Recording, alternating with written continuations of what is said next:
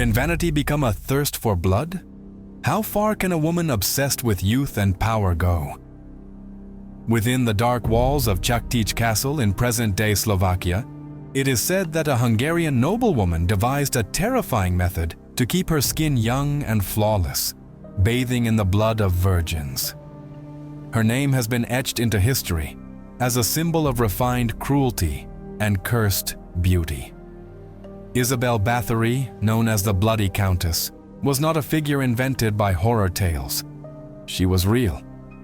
A flesh and blood woman who belonged to one of the most powerful families in Eastern Europe.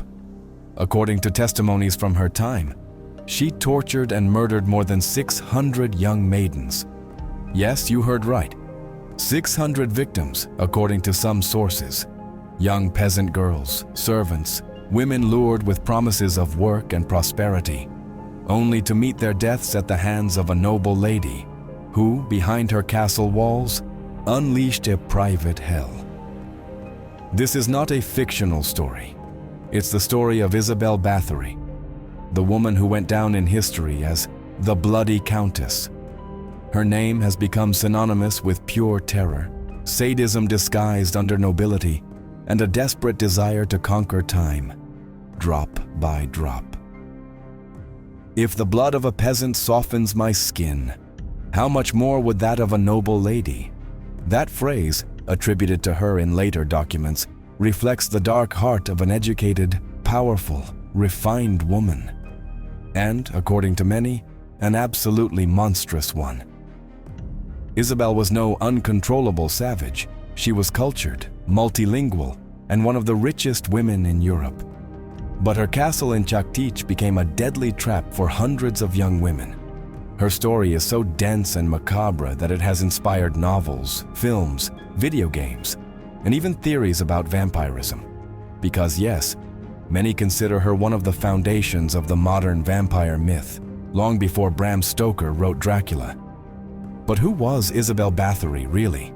A ruthless noblewoman with a thirst for blood? A victim of political conspiracies? Or perhaps both at once? Today, we will uncover the real history behind the myth. We'll travel back to 16th century Europe, to the regions of Hungary and Slovakia, where power was measured in lineage and punishment was law. You'll learn about her origins, her rise to power, her torture rituals, and finally, her spectacular downfall. By the end of this journey, you might find yourself wondering, was Isabel Báthory truly a monster, or a woman turned into one by those who coveted her fortune? But beware, this story is not for the faint of heart. There will be talk of pain, death, madness, and how the human desire for eternal beauty can cross the darkest boundaries. Stay until the end to discover what became of this woman. Whether she was punished, escaped justice, or if even today, her shadow remains trapped within the walls of her castle. Before we continue, a warning. The facts you are about to hear are based on historical documents and testimonies from the time. Some are so disturbing they seem to come straight out of a nightmare, yet all signs point to them being true, making Isabel Báthory, by her own merit, one of the darkest figures in European history. Now then, let's turn back the clock. Before the blood, before the terror, there was a noble girl raised among luxury, but also war and superstition. A girl who would soon learn that power isn't just inherited, it's seized, with cruelty if necessary. And right here, in the heart of a Hungary torn apart by conflict, begins the true rise of the Bloody Countess. Isabel Báthory was born on August 7th, 1560 in near Báthory, within the Kingdom of Hungary, during a time marked by religious wars, political tensions, and deep-rooted superstitions. She came from one of the most influential families in Central Europe, the Báthorys, a noble line that included cardinals, princes, and even a king of Poland. She was the cousin of the Prince of Transylvania and connected to the highest circles of power. From birth, Isabel had the world at her feet and darkness close at hand. Isabel's childhood was unconventional. Although she enjoyed an excellent education, learning Latin, German, Hungarian, and Greek, she was also witness to horrific acts carried out in the name of justice. In fields near her family's estates, public executions took place where bodies were dismembered or impaled in front of cheering crowds. For a sensitive child, these spectacles could shape very particular ideas about punishment, suffering, and the power exerted over others' bodies. At 11 years old, Isabel was betrothed to Ferenc Nadasdy, another powerful nobleman nicknamed the Black Knight for his brutality on the battlefield. When they finally married, she was 15 and he 20. The Chaktiche castle, which she received as part of her dowry, would later become the scene of unspeakable horrors. But at that time, young Isabel seemed simply a rising noble lady, intelligent, refined, with a bright future ahead. Ferenc spent long periods away, leading military campaigns against the Ottomans. In his absence, Isabel did not merely manage their vast lands and fortunes, she also administered justice in his name. Feudal laws gave her authority over the serfs and their punishments. It is said that from this early stage, she began developing a taste for absolute control and the humiliation of the weak. Some records mention that she personally whipped her maids or ordered needles inserted under their fingernails for minor offenses. As her husband gained fame on the battlefield, Isabel solidified her reputation as a strict and severe administrator. But something else was happening. In personal letters and unofficial records, it is implied that the Countess began frequenting healers, witches, and alchemists, seeking elixirs and ointments that would prolong youth. Her obsession with beauty, youth, and control over the body began to grow like a poisonous seed inside her. In 1604, Ferenc died, leaving Isabel a widow at age 44. That moment marked a turning point. Without her husband's presence, there were no limits. She was rich, powerful, feared, and alone. That was when rumors began multiplying. Disappearances of young peasant girls, screams coming from the towers of the castle, carts carrying corpses through forest paths. To the eyes of the people, something dark had been unleashed in Chaktiche, but no one dared confront her. Who would dare speak out against a Báthory? The transformation from noblewoman to sinister figure was already underway. Isabel not only controlled her household, but also the fate of anyone who crossed her threshold. No one could imagine that, within a few years, the number of victims would reach into the hundreds, and that the walls of her castle would absorb so much blood that some legends claim the stones still exuded on nights of red moonlight. The seed of horror had taken root. The Chaktiche castle, nestled among lonely hills and surrounded by thick mists, bore witness to a routine of horror that intensified after Ferenc Nadasdy's death. With him gone, Isabel Báthory held absolute control. Without a husband, without restraint, without limits. To the outside world, she was a powerful widow. Within the castle walls, she was the architect of a carefully orchestrated hell. The first known atrocities began subtly, almost invisible to the nobility. Isabel requested young maidens from nearby villages under the promise of employment and protection within the castle. Humble peasant girls, often handed over by their own parents, saw the offer as a chance for a better life. But once they passed through the gates, their names vanished from the world. The tortures varied and were executed with a precision bordering on ritual. Statements preserved from servants and witnesses describe unimaginable punishments, beating with rods until bones were exposed, inserting needles into fingers, making cuts on the skin, and rubbing salt into the wounds. Isabel supervised each act, often with cold concentration, and sometimes, according to accounts, with an almost ecstatic satisfaction. One of the most described methods in judicial testimonies involved ice. In winter, the Countess ordered the girls to undress and bathe in freezing water, then left them to freeze to death in the courtyard. In summer, she forced them to remain under the scorching sun without water, smeared with honey to attract insects that slowly devoured them alive. And this was only the beginning. But the act that immortalized Isabel Báthory in the annals of horror was the alleged blood bath. Legend tells of one of her maids who mistakenly pulled her hair while brushing it. Enraged, Isabel slapped her so hard that the girl's nose began to bleed. As a drop fell onto the Countess's hand, she noticed, or claimed to notice, that her skin looked younger in that spot. A twisted revelation struck her. The blood of young girls was an antidote to aging. From that moment on, the castle transformed into a ceremonial slaughterhouse. Isabel had the victims hung by their ankles, slit their throats, and bathed in their warm blood. Some versions claim she even drank the blood, seeking to rejuvenate from within. Although historical records do not irrefutably confirm these rituals, the number of witnesses whose accounts coincided has kept the story alive for centuries. The most chilling part is that Isabel did not act alone. She was aided by a small court of accomplices: her maid Dorotea Sentes, the butler Janos Uivari, and other servants who participated directly or indirectly in the tortures.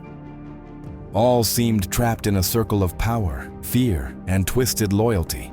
The violence grew in intensity and frequency. Peasant girls were no longer enough. Isabel began seeking daughters of impoverished nobility, young women of blue blood whose disappearances would not go unnoticed for long. At that point, her network of atrocities began to crack. Noble families started whispering. The rumors reached the ears of the King of Hungary. Meanwhile, in Chaktice, the bloody Countess continued perfecting her art of pain. Bodies bearing bite marks, signs of strangulation, burns, and mutilations began multiplying. Some victims were found with needles driven through their lips, others with limbs severed while still alive. And yet Isabel moved as if nothing were happening. She attended banquets, sent elegant letters, managed her lands efficiently. To the eyes of her peers, she was a strong, refined, untouchable woman. Only her victims knew the truth, that beneath her jewels and dresses lay a creature thirsty for youth and blood. But as with any story of unchecked power, something began to fracture. As the disappearances multiplied, pressure on Isabel Báthory intensified. It wasn't just peasants anymore. Noble families began suspecting that something terrible was happening inside Chaktice Castle. The rumors spread like wildfire, mixing with superstition and fear. They said the Countess practiced black magic, that she had made pacts with the devil, and that the souls of her victims could find no rest. 1610 marked a turning point. A young noblewoman named Anna Darvulia managed to escape the claws of the castle after months of captivity and torture. Her testimony was heartbreaking. She described how Isabel and her accomplices subjected the maidens to inhuman torments, often simply for amusement or at the whim of the Countess. Anna recounted how the victims were mutilated, raped, and finally murdered, in a ritual that seemed endless. Anna's denunciation mobilized the authorities, though very cautiously. Isabel was one of the most powerful women in the region and had political protection. However, the accumulated evidence, including testimonies from other servants and peasants, and the discovery of bodies hidden on the castle grounds, was too strong to ignore. In 1611, a group of soldiers and nobles allied with the king stormed Chaktice Castle to conduct an official inspection. What they found exceeded all expectations. In the dungeons, they discovered torture chambers equipped with gruesome instruments, saws, pliers, iron maidens, and tools designed to inflict maximum pain. In forest pits, dozens of young corpses were found bearing signs of mutilation and torture. Isabel was arrested, although she was never brought to public trial due to her noble status and family protection. She was confined to one of the castle towers, where she remained imprisoned until her death in 1614. Her accomplices, however, suffered much harsher fates. Some were executed, others imprisoned for life. During her imprisonment, Isabel never confessed to the crimes attributed to her, nor did she ask for forgiveness. It is said she maintained a proud and defiant attitude, as if in her mind she still ruled over the lives she had destroyed. The chroniclers of the time documented the atmosphere of horror that had soaked the castle. Some wrote that the walls seemed to absorb the suffering, and that even years later, the cries of the victims could be heard on stormy nights. The legacy of Isabel Báthory is marked not only by the cruelty of her actions, but also by the mystery surrounding her figure. Was she truly a serial killer, or a victim of a political conspiracy aimed at seizing her wealth? Some modern historians suggest her enemies exploited the hysteria and prejudices of the time to destroy her. In truth, her name became synonymous with absolute horror. The Bloody Countess entered history as an extreme example of how obsession with youth, beauty, and power can drive a human being to commit the most atrocious crimes. The fall of Isabel Báthory marked a dark and painful chapter for the region she ruled. The lands of Chaktiche were stained not only by the blood of her victims, but also by the fear and distrust she sowed for decades. Local nobility and peasants alike lived under a shadow that took years to fade. The economy of her territories suffered a gradual decline.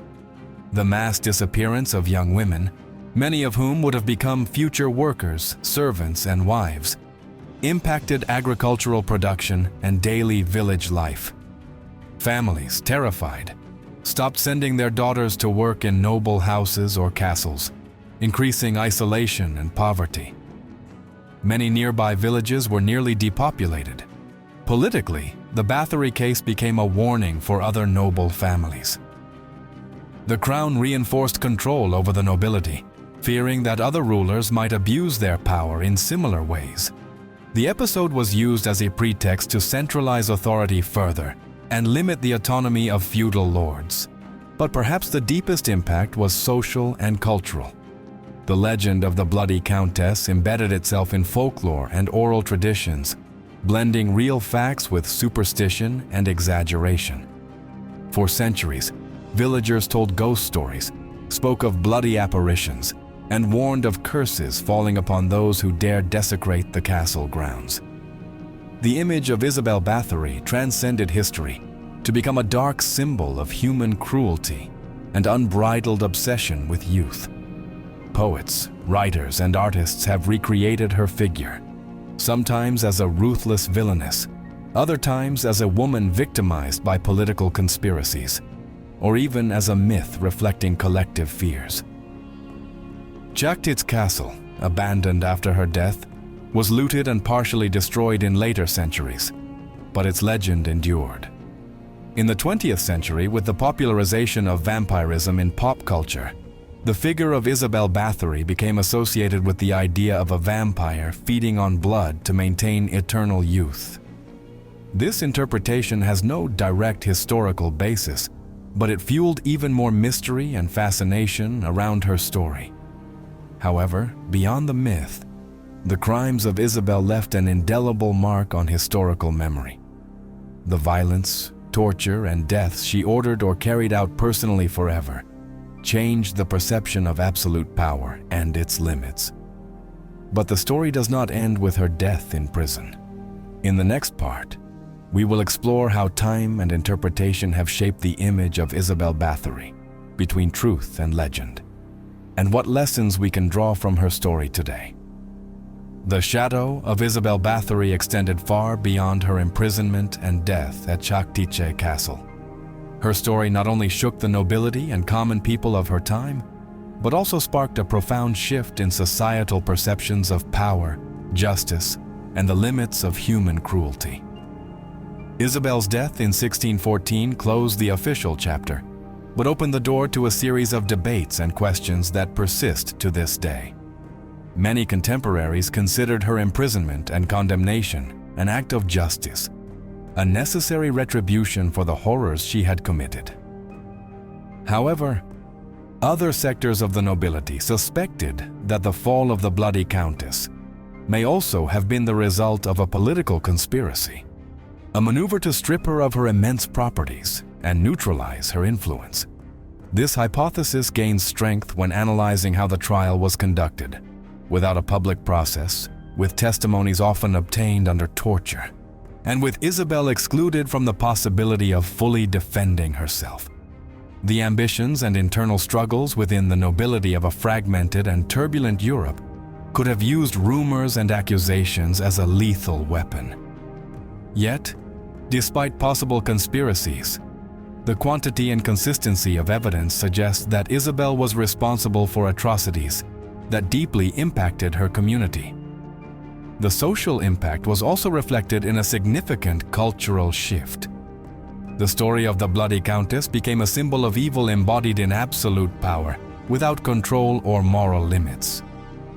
In the centuries that followed, her figure was used to exemplify the devastating consequences of unchecked abuse and cruelty. Her name appeared in narratives, tales, and literary works exploring the dark nature of humanity.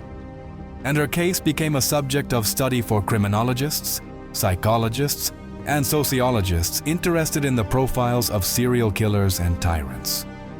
In popular imagination, Isabel Báthory evolved into the figure of a historical vampire, a woman who, according to legend, bathed in her victim's blood to preserve her youth and beauty.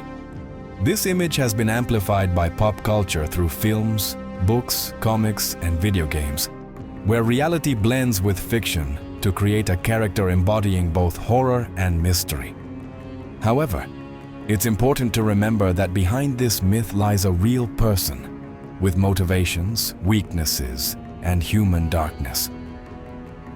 Her story forces us to confront uncomfortable questions. What leads someone to commit such atrocities? Was Isabel simply a woman with a pathological obsession, or a figure trapped by the pressures and power dynamics of her time? How much of what has been told is exaggeration or distortion? These questions invite us to reflect on the complexity of human nature and the limits of cruelty we are capable of reaching. From a historical perspective, Isabel Báthory's downfall also left lessons about the abuse of power and the need to establish checks and mechanisms to prevent absolute authorities from acting without accountability. Her case remains a constant reminder that power without ethics can lead to destruction and mass suffering. Today, the ruins of Chaktiche Castle are visited by those seeking to better understand this mix of reality and myth. Historians, archaeologists, and criminologists continue investigating the facts, separating truth from folklore, and striving to reconstruct not only Isabel's figure, but also the society that allowed such horror to occur. Moreover, Isabel Báthory's figure has sparked debates about the representation of women in history, especially those who have been demonized.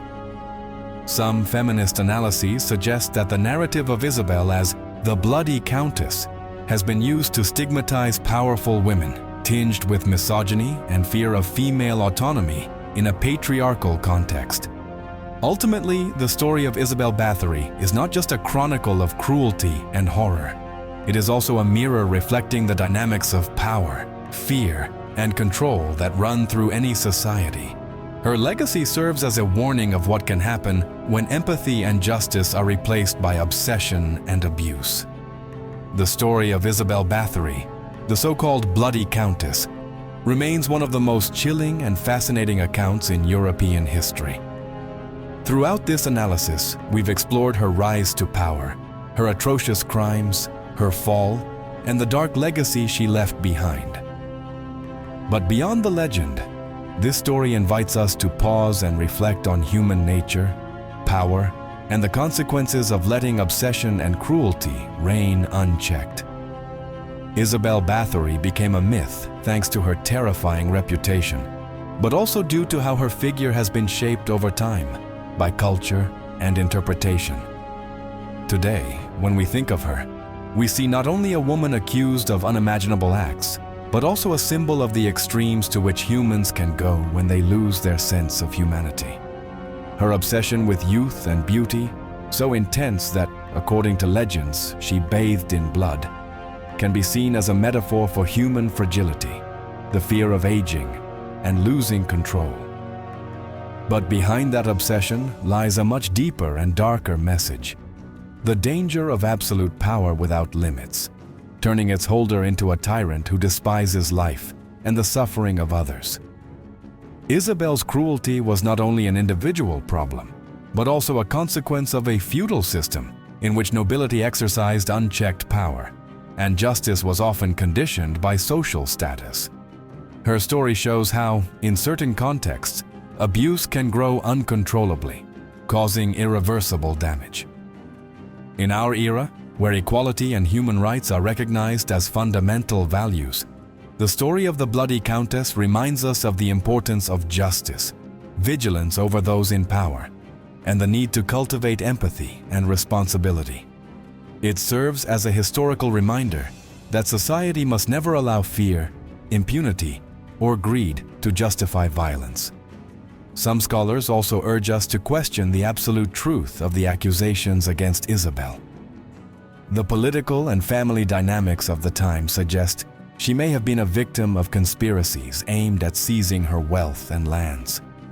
This detail does not diminish the gravity of the crimes attributed to her, but it encourages us to look critically and understand that history is often written from the perspective of the dominant power. Isabel Báthory also teaches us about the complexity of judging historical figures from our modern perspective. Justice in her time was selective, and the narratives mix facts, rumors, and exaggerations. Therefore, studying her life requires combining historical rigor with sensitivity that acknowledges the human dimension, both in the victim and the perpetrator. The fascination that the Bloody Countess still arouses in popular culture demonstrates how fear and mystery hold a powerful place in the collective imagination. Her image has inspired books, films, TV series, and even video games that explore the depths of evil and horror. However, behind all that folklore lies a warning: the capacity of human beings for harm when respect for life and justice is lost. Therefore, closing this account does not mean forgetting the past, but learning from it. Isabel Báthory should not be merely a horror figure or a dark legend. She must be a story that invites reflection on the limits of power, the importance of respecting human life, and the necessity of justice and truth. Today, looking at the ruins of her castle, we can imagine not only the atrocities committed there, but also the destroyed lives, the fear, and the pain etched into those stones. But we can also imagine the resilience of the communities that survived that horror. Those who rebuilt their towns and, over time, transformed fear into memory, so that the mistakes of the past would not be repeated. Ultimately, the story of Isabel Báthory is a lesson about the darkness that can dwell in the human heart, but also about the light that can emerge when justice and truth prevail. It invites us to ask ourselves, how can we prevent power from becoming a tool of oppression? What do we do to protect the most vulnerable from abuse? How do we remember and honor those who suffered at the hands of tyrants? These questions are not only for the past, but for our present and future. Because history, with all its complexity and mystery, is a powerful tool that helps us understand who we are and where we want to go. So the next time you hear the legend of the Bloody Countess, remember that behind the myth lies a real story of power, fear, and violence, but also of humanity. And above all, remember that the true legacy does not lie in terror, but in society's ability to learn, to protect, and to build a world where justice and empathy are the guiding pillars of our path forward. What do you think about the Bloody Countess? Do you believe she was an irredeemable villain or a victim of her time? Let me know in the comments. Until next time.